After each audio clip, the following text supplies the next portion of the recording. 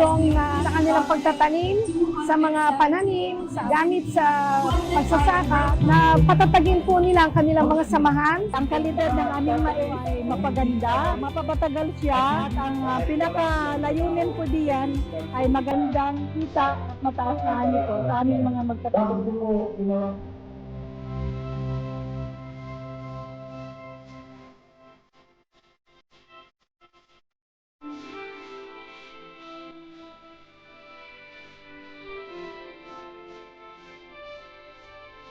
Sa atin pong mahal na Pangulo at sa lahat na ahensya ng gobyerno, napakalaki pong pasasalamat dahil po sa mga serbisyo na binigay sa amin. Kami po ay humihiling at naniniwala na sa pamamagitan po ng ating pagtutulungan, mapanatili po natin yung kasapatan ng pagkain, magandang kita at magandang kabuhayan po ng ating mga magsasaka.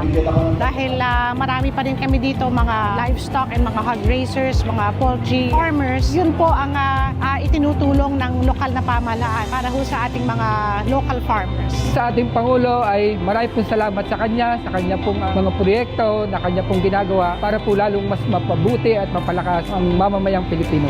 Ay walang tigil sa pagbibigay ng suporta sa inyong mga pangangailangan. Patuloy tayong magsikap, patuloy tayong magtulungan at magsulong para sa pag-unlad ng bagong Pilipinas. Mabuhay ang bagong Pilipinas!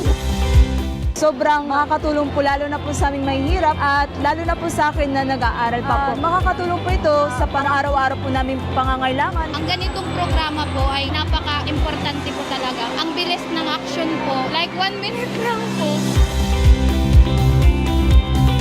As per DOLE po, meron po tayong mahigit 10 mga private employers nandito para magbigay trabaho dito po sa amin sa Santa Rita. So sa pagtutulungan na rin ng mga iba't ibang ahensya ng gobyerno, nagiging posible po na ang mga trabaho ang lumalapit sa ating mga kababayan. So napakalaki po ng tulong nila para maging matagumpay itong ating job fair para sa araw na ito. Huwag lang po kayong mawalan ng pag-asa. Through this event, dinadala natin yung trabaho po malapit sa inyo. At tinutuloy natin ito sa pag-ikot ng ating Pangulo sa iba't ibang rehiyon ng Pilipinas. Dadalhin din ang serbisyo ng iba't ibang ahensya. Maraming salamat po, President. Maraming salamat po. Madami pong mga Pilipino ang natutulungan nyo, lalo na po sa mga programang ito. Maraming salamat po sa oportunidad na ito. Malaking tulong po, syempre, makakapag-increase po ito ng benefit sa family ko, financially. Makikita po natin na hindi po tumitigil ang administrasyon para tugunan po ang mga programa para po sa kabutihan ng ang taong bayan. Kaugnay nito, nakatakda rin pong magsagawa ng mahigit 70 job fair ang Department of Labor and Employment ngayong buwan. Sa Metro Manila, mahigit 10 job fairs pa ang nakatakda sa mga darating na araw. Sinisikap ng gobyerno na makapagbigay ng mas maraming trabaho para matulungan ang mga maiangat ang kalidad ng pamumuhay ng mga Pilipino. Ang schedule ng job fairs ay makikita po sa website at social media accounts ng DOLE.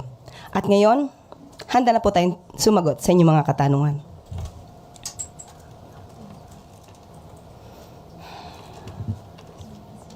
Left Narciso DZRH.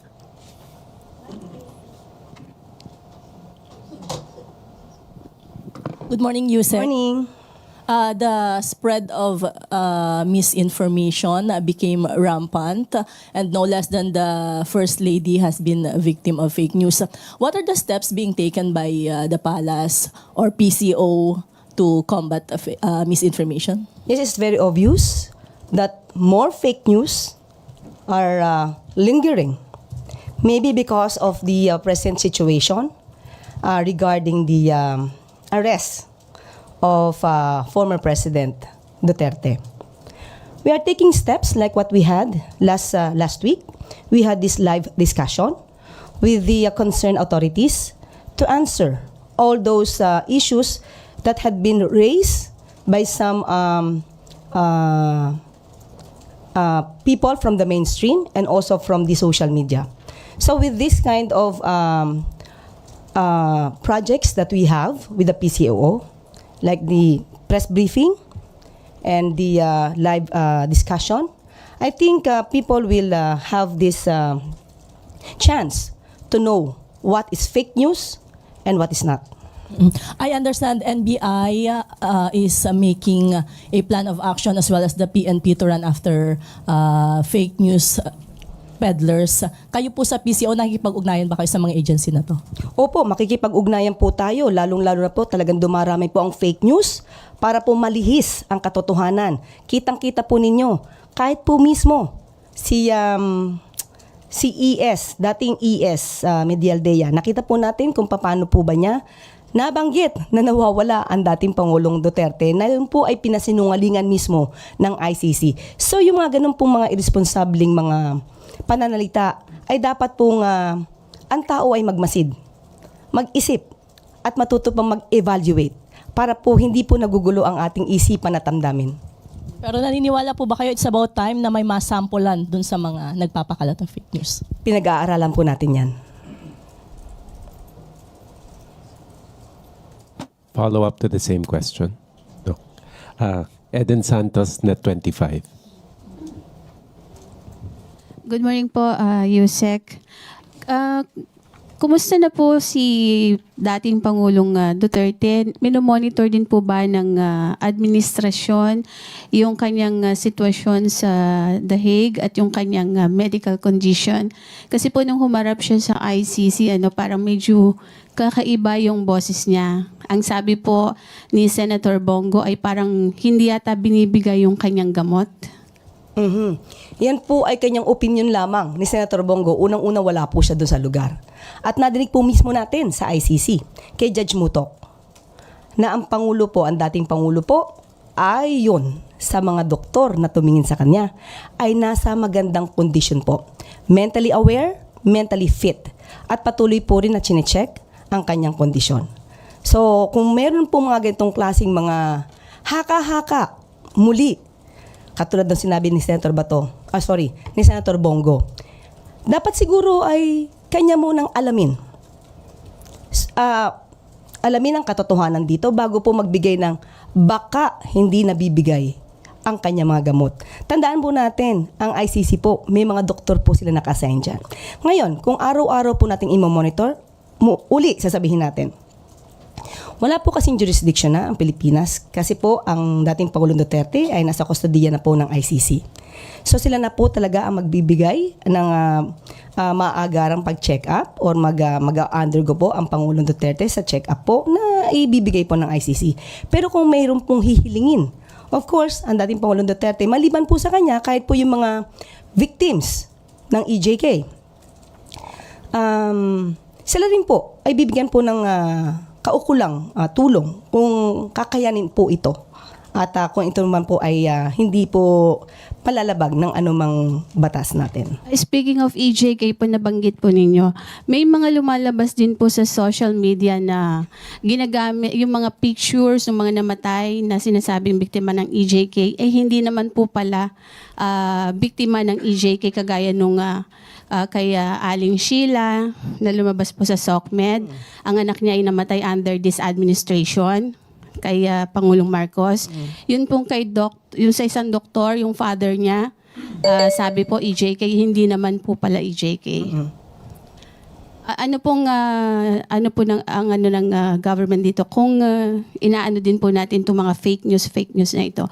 Opo. Pwede po ba din nating aksyonan yung mga ganong na sinasama po sila dun sa kaso against former President Duterte pero in fact hindi naman po pala totoo yung mga yon.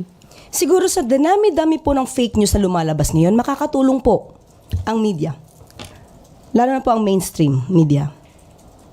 Tayo na po ang magsabi kung alam niyo po na peke ito. Kayo na po mag-fact check.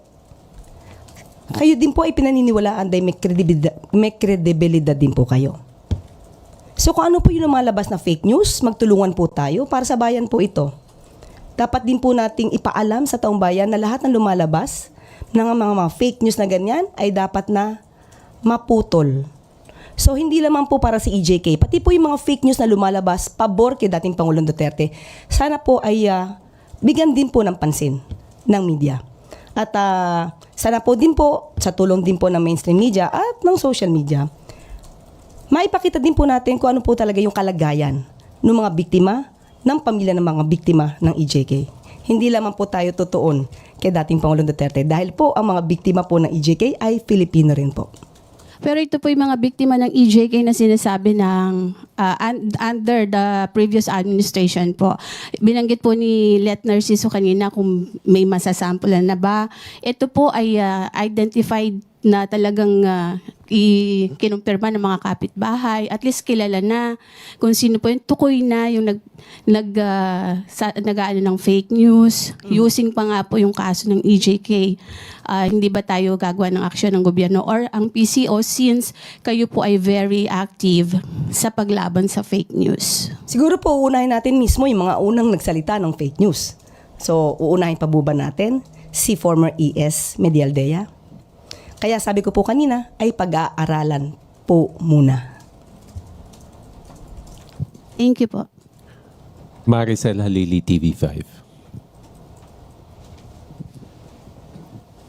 Yusek, magandang umaga po.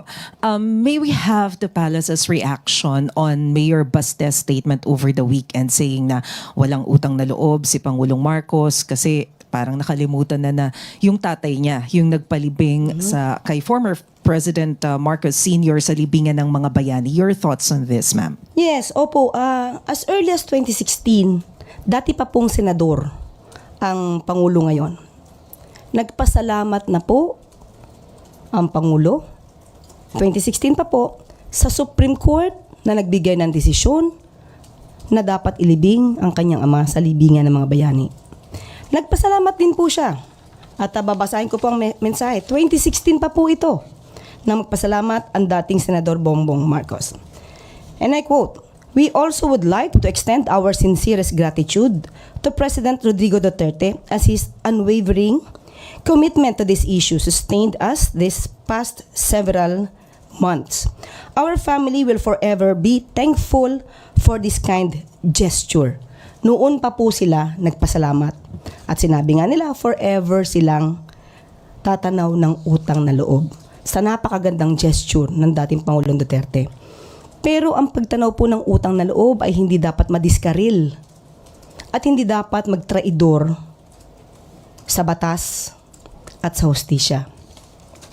Ginamit mo ni dating Pangulong Duterte ang batas. Ito po nauugnay sa RA 289 patungkol po sa pagpapalibing sa libingan ng mga bayani at sinusugan po ito ng Presidential Proclamation 208 ni dating Pangulong Marcos. At mayroon din pong regulation, ang AFP G-161-373 na kabilang ang Pangulo or Commander-in-Chief na entitled to interment at the libingan ng mga bayani. Lahat naman po ito ay may basihan nung isinagawa ni dating Pangulong Duterte. Ang pagpapaaresto naman po o pagsusurrender kay dating Pangulong Duterte sa ICC ay meron din pong kaugnayan na batas at meron po tayong sinusunod na commitment para sa Interpol. Ngayon, hindi po dapat mahinto ng utang na loob ang pagpapatupad ng batas. Hindi po dapat traidorin, katulad ng aking sinabi, ang pagpapatupad ng batas, ang pagpapatupad ng commitment with the Interpol. Hindi po dapat na dahil lang kaibigan o dahil naging kasama, hindi na po tutuparin ang batas at tatraidorin na po ang konstitusyon dahil lamang sa utang na loob. Dahil basta sinasabi ito ni Mayor Baste Duterte ng tanaw ng utang na loob, ito po ba yung ginamit kaya ng dating Pangulong Duterte nung i-appoint niya ang isang Chinese national na si Michael Yang bilang kanyang economic advisor? Hindi po ba ito pagtataksil? Dahil isang Chinese national ang in-appoint bilang economic advisor. Dahil din po ba ito sa utang na loob? Tanong lang po yan. Ma'am, is Malacanang or hindi po ba concern ng Malacanang with what's happening in Davao considering the huge support that Davao is giving to the former president? Ang mga taga Davao po ay Pilipino rin. Of course, tayo lang po, pati po ang palasyo, ang Pangulo, ay concern po sa nangyayari sa Davao. Pero ang tangi lamang po nating hiling ay sana po ay maging mahinahon at alamin po ang katotohanan. Yun lamang po, hindi po ba nagkaroon ng pagsasabi itong si Mayor Baste na sila daw ay i-raid yung kanilang bahay. Again, ito po ay walang katotohanan. Tinanong po natin si General Torre patungkol dyan kung mayroon pong operasyon ng pag-raid sa bahay. Kasi yun po yung sinasabi nila palagi. Can we consider this as fake news? Can be. Uunahin ba natin sila idemanda dahil nagpakalat ng ganito? Pag-aaralan. Pero, nung sinabi po ni General Torre na walang ganong operasyon, hindi po ba ang sinagawa nilang pagsasabi na may pagre-raid ay nakagulo sa isipan ng mga taga Davao City? Sana po, yung mga kababayan po natin, lahat po tayo dito ay Pilipino. Magmasid lang po muna tayo. Yun lang po ang tanging hiling natin. Okay? Sige. Ivan Mayrina, GMA News. Related question, ma'am. Yes po. At what point does the government draw the line between free speech and inciting to maybe rebellion or sedition or overthrow of government? Yes. Kasi ho, may mga words were uttered in those many gatherings over the weekend. Minura po ang Pangulo, may mga maanghang na salita. At what point does the government draw the line? As we can say, the President is not onion-skinned. Okay?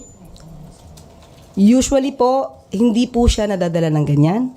Pero, kapag ka po, nandun na po yung elemento ng inciting to sedition, which is, of course, without any tumultuous uprising, but they are encouraging people to sow hatred to the government, to the president, then we have to step up. How? By filing cases, complaints. But as of the moment, there's no indication on the part of the president that he will do that. And is it a cause of concern for the president na marami, hindi lang ho Davao marami hong mga lugar sa buong bansa na nagkaroon ng similar protest actions? Hindi po natin mawawala sa kanilang damdamin. Kaya po ay normal dahil po may naging pangyayari sa kanilang malamang iniidolo at panatiko po sila ng isang leader. Hindi po natin pipigilan ang kanilang pagsasabi ng kanilang mga damdamin. Huwag lang po sigurong lalagpas na magkakaroon po ng alarma at masasabi po natin na yan po ay sedition or inciting to sedition na po. Thank you. Ace Romero, Philippine Star. Yusek, the president's sister, Senator Amy Marcos, said she would seek a probe into the arrest of the former president. What's Malacanang take on this? Wala pa po, hindi pa po namin na pag-uusapan yan. Pero kung yan po ang nais ni Senadora, she's free to do that. Will Malacanang be ready to send representatives in the event that such an inquiry pushes through in the Senate? If necessary. If it is for if the inquiry is in aid of legislation, we will respect the request of Senator Amy. So there will be no effort on the part of the administration to prevent resource persons from attending such a hearing? No, we will not do that. And are you confident you can answer all questions that will be given with regard to that arrest? I believe because we just complied with all the requirements with the law regarding the arrest of former President Duterte. Salamat po. Christian Yusores, Radio 630. Ma'am, isa rin po sa mga nagbigay po ng statement against the government is former PNP chief and now Senator Ronald De La Rosa. Pinanatan po niya yung pag-arrest ng ICC through the Interpol. Let me quote him. Sabi po niya, hindi yan ang gagaling sa competent authority, hindi yan ang gagaling sa local natin, hindi yan nire-recognize natin dahil hindi tayo under sa kanila kaya dapat magkaisa tayo. Ano pong comment na ng pala? Hindi ba competent authority ang ICC sa paningin po ni Senator Bato? Sabi ko nga po, yan ay normal na manggagaling kay Senator Bato dahil isa siya sa maaaring makonsider na co-perpetrator. May takot on his part Maybe. I cannot answer for him. Pero tandaan po natin, sa aking pagkakaalam, kung di ako nagkakamali, may narinig na din daw po siya na magkakaroon ng warrant of arrest, kaya hindi po siya yata napunta sa Hong Kong. Hindi po ba, kung talagang alam niya na walang warrant of arrest issued by a competent authority, matapang po siyang sinamahan ang dating Pangulong Duterte. And as a matter of fact, dapat nga nauna pa siya kay Senator Robin pumunta sa Netherlands.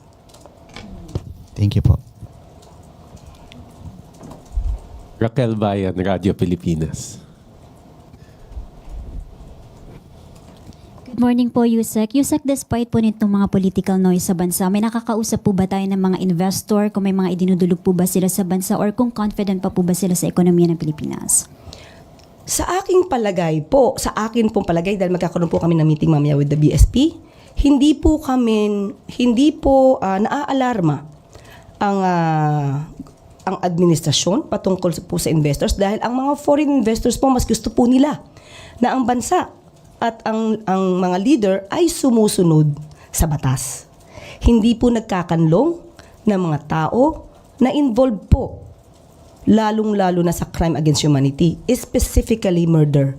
Hindi po inaayunan talaga yan ng mga foreign investors na magkanlong ka ng mga taong involved sa mga krimen. Yusek, balikan ko lang po yung 70 job fairs na nakalinya po kanina. Kung may figures na po ba kung ilang job opening or ilang job position po yung equivalent nun? Opo, mamaya po ibibigay namin kung meron na pong detalye po dito. Ibibigay po namin sa inyo. Maya-maya lamang po.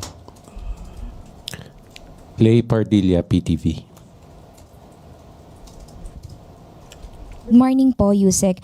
Yusek, how does the government view Attorney Harry Roque's appearance po in Netherlands matapos niya pong magtago while facing an arrest order for skipping a House inquiry into Philippine offshore gaming operators? Actually, hindi po. I cannot speak in behalf of the Quadcom, in behalf of the House of Representatives, because it's the arrest warrant, no, ng House ang hindi napapatupad dahil sa pagtatago ni Atty. Harry Roque. Pero mas maganda po siguro na i-challenge po talaga natin siya na siya po yung umuwi. Kasi di ba bring home FP Duterte. So siguro mas magandang isigaw po rin ng mga tao, bring home Roque.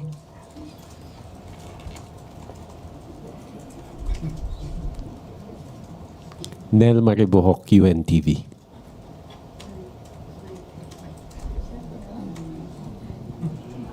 Other issue po. Tungkol po dun sa pagkadismaya ng MILF Central Committee po sa pagkakatalaga ng BARM Interim Chief. Dahil sinasabi nila na may paglabag daw po ito dun sa Bangsamoro Organic Law.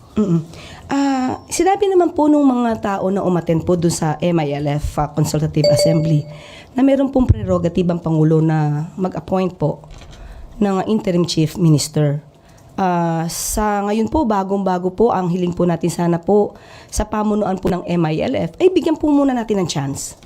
Kapag ka po hindi naging maayos ang magiging pamumuno po ng bagong na-appoint na ICM, maaari po natin pag-usapan muli ito para po sa ikagaganda po, no? Ng nasabi po nga Bangsamoro. Hindi po ba nababahala? Opo, hindi po ba nababahala ang palasyo na maaaring makompromiso yung peace agreement dahil po dito? Hindi naman po, dahil sa maganda pong pag-uusap yan. Sabi nga po natin na since may prerogative po ang Pangulo na mag-appoint, bigyan lang po natin ng chance. Kapag ka po merong hindi naging magandang pangyayari, then that's the time na the President will make an immediate action. Thank you po. Eden Santos, Net 25.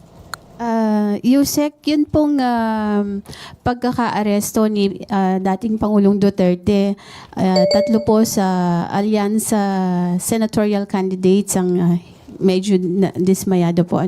Hindi po ba ito makakaapekto sa target ng admin na 12-0 sa 2025 midterm elections po? Paano po bang naging dismayado? May sinabi po ba silang dismayado sila sa pagkaka-aresto kay dating Pangulong Duterte? Meron po ba in particular? May statement po si dating Senator Manny Villar, and hindi po dumalo. Dating Senator Manny Villar? Apo. Hindi naman po siya tumatakbo. Hindi po. Yung kanilang partido ay ka-alyansa po ng admin. Si senatorial candidate Camille Villar, si senatorial candidate Pia Cayetano, and senatorial candidate Amy Marcos po ay hindi dumalo sa last campaign sa Tacloban, sa Leyte po, dahil dun sa hindi po tila hindi nila nagustuhan yung or nalungkot sila dun sa pagkaka-aresto kay PRRD. Kung nalungkot po sila, hindi po natin saklaw ang kanilang damdamin. Isipin na lamang po nila, malapit na po ang eleksyon. Ito ba'y makaka-apekto sa mga boto ng tao? Di ko po alam kung namamangka sila sa dalawang ilog at hayaan na lamang po nila. Hayaan na lang po natin ang kanilang mga damdamin na ganyan. So sa tingin niyo po hindi makaka-apekto sa kabuuan po ng alyansa para sa bagong Pilipinas? Sa tingin po ng Pangulo, hindi makaka-apekto. Hindi ko lang po alam individually kung makaka-apekto. Sam Medinilla, Business Mirror. Good morning, ma'am. Ma'am, itatanong ko lang po kung ano po yung topic ng pag-uusapan later ng BSP with President Marcos po kung sakali.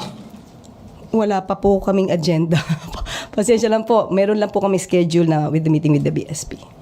Tapos, going po dun sa question ko, yung na-report po recently na foreign debt climbs to record 137.63 billion.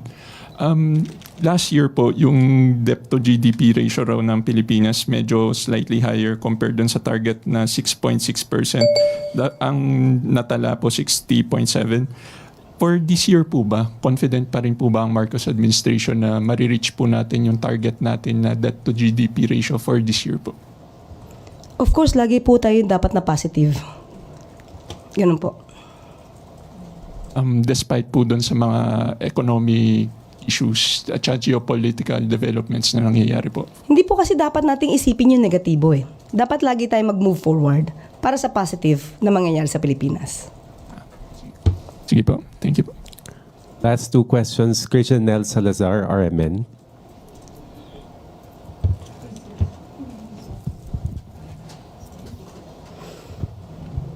Good morning po, Yusek. Any comments or explanation lang po sa Palace regarding sa 43 cases presented during the ICC hearing? Kasi as the basis of charges against former President Duterte, may mga confusions po kasi sa social media na malayo po yung datos doon sa 30,000 na laging binabanggit ng critics ng Duterte.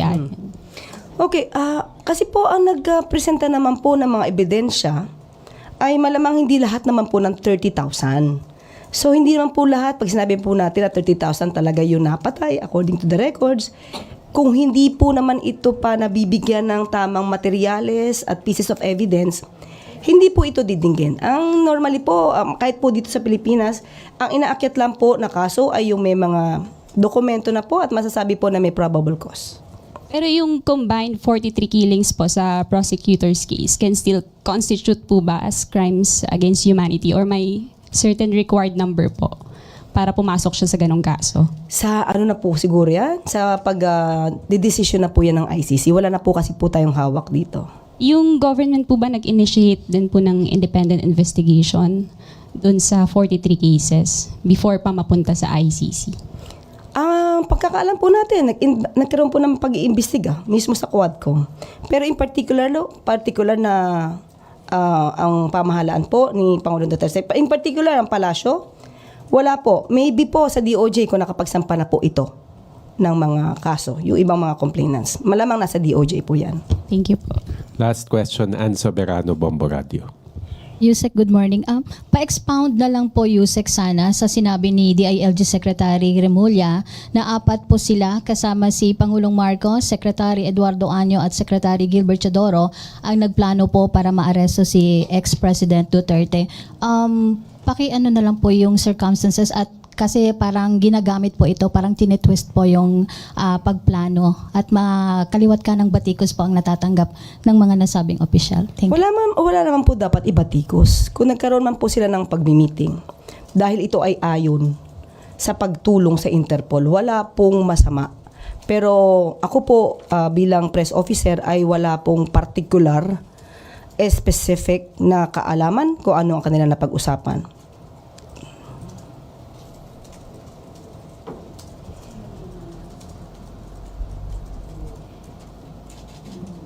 Okay. At dito na po nagtatapos ang ating briefing. Maraming salamat, Malacanang Press Corps, at magandang tanghali para sa Bagong Pilipinas. I never said in public, shoot to kill. Kaya may order rin ganyan, shoot to kill kayo. Walang pakialam dyan sa human rights. I don't give a shit kung anong gusto nila. This campaign, shoot to kill, will remain until the last day of my term. My orders are sa police pati military. Shoot them dead. Shoot them dead. Shoot them dead.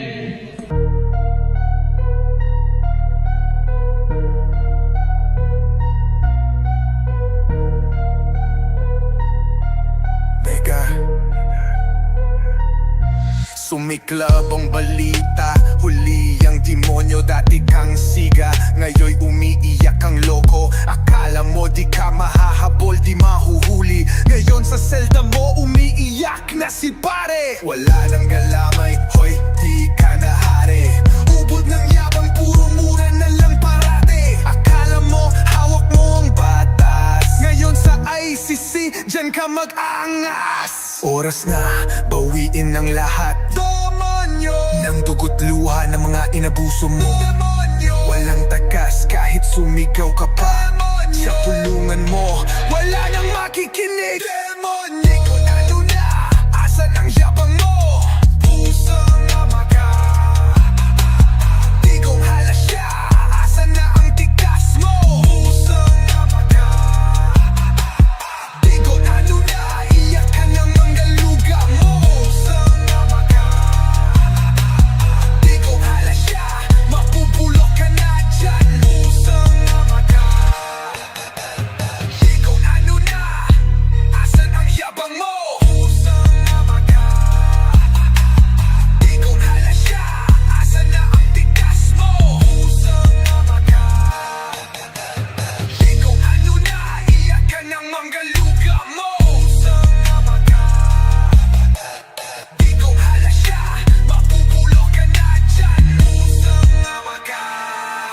Tandaan mo pa ba, nung malakas ka pa, puro pang aapi, puro pang gigipit, walang awa. Ngayon ikaw naman ang tinira ng tadhana. Nananakot noon, ngayon ikaw ang kinakarma. Wala nang bodyguard, wala nang alalay, isang utos mo noon, ang daming namatay. Ngayon ikaw naman ang tinatadiyakan, tinapon sa aiksing, mabubulok ka na dyan. Oras na, bawiin ng lahat. Demonyo! Nang dugot luha ng mga inabuso mo. Demonyo! Walang takas kahit sumigaw ka pa. Demonyo! Sa kulungan mo, wala nang makikinig. Demonyo! Di ko ano na, asan ang yabang mo? Pusang ama ka. Di ko hala siya, asan na ang tikas mo? Pusang ama ka. Di ko ano na, iyak ka ng manggaluga mo. Pusang ama ka. Di ko hala siya, mabubulok ka na dyan. Pusang ama ka. Tinatag ang pogo kahit bawal ito sa China. Tatapusin daw ng 6 na buwan ng droga. Buil build ay yung mga nagsibagsakan. Laong trilyong utang sa atin iniwanan. Nagkalat na droga silang may pakana. Tapos mga mahihirap pinapatay bigla. Sabi kasi ni tatay ubusin lahat yan. Pero kapag Chinese dila betlog iyan. Di ko ano na, asan ang yabang mo? Pusang ama ka. Di ko hala siya, asan na ang tigas mo? Pusang ama ka.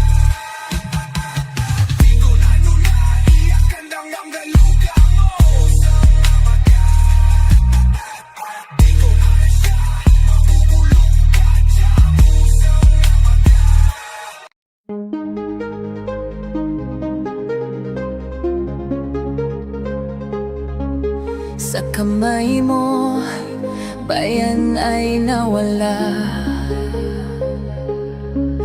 Ipinagpalit sa dayuhang bansa. Pilipinas ay binalot ng takot. Sa iyong utos, buhay ang nalagot. Bakit mo kami iniwan sa dilim? Kasaysayan mo'y puno ng lagim. Ang pangako mong pagbabago, ubos lang pala ng mga tao. Pinagbili mo sa China ang ating lupa, binaon sa utang kami na pa. Mga sigaw ng bayan, di mo dininig. Ang hustisya di mo rin pinansin.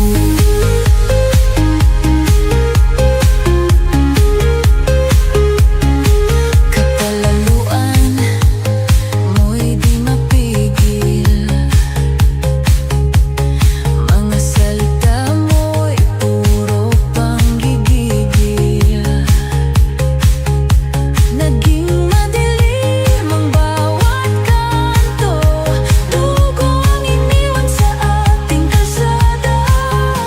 Ang bayan ay hindi laruan, hindi mo ito pag-aari. Isang araw ang hustisya'y darating, at ikaw ay hahatulan ng bayan namin. Pinagbili mo sa China ang ating lupa, binaon sa utang kami nadapa. Mga sigaw ng bayan, di mo dininig. Ang hustisya'y di mo rin pinansin.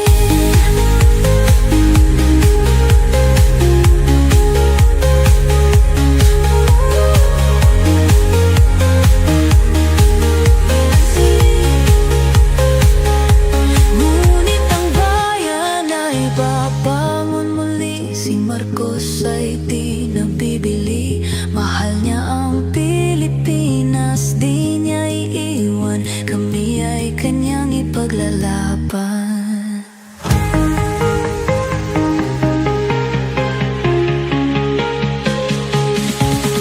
Pinagbili mo sa China ang ating lupa, binaon sa utang kami nadapa. Mga sigaw ng bayan, di mo dininig. Ang hustisya'y di mo rin pinansin.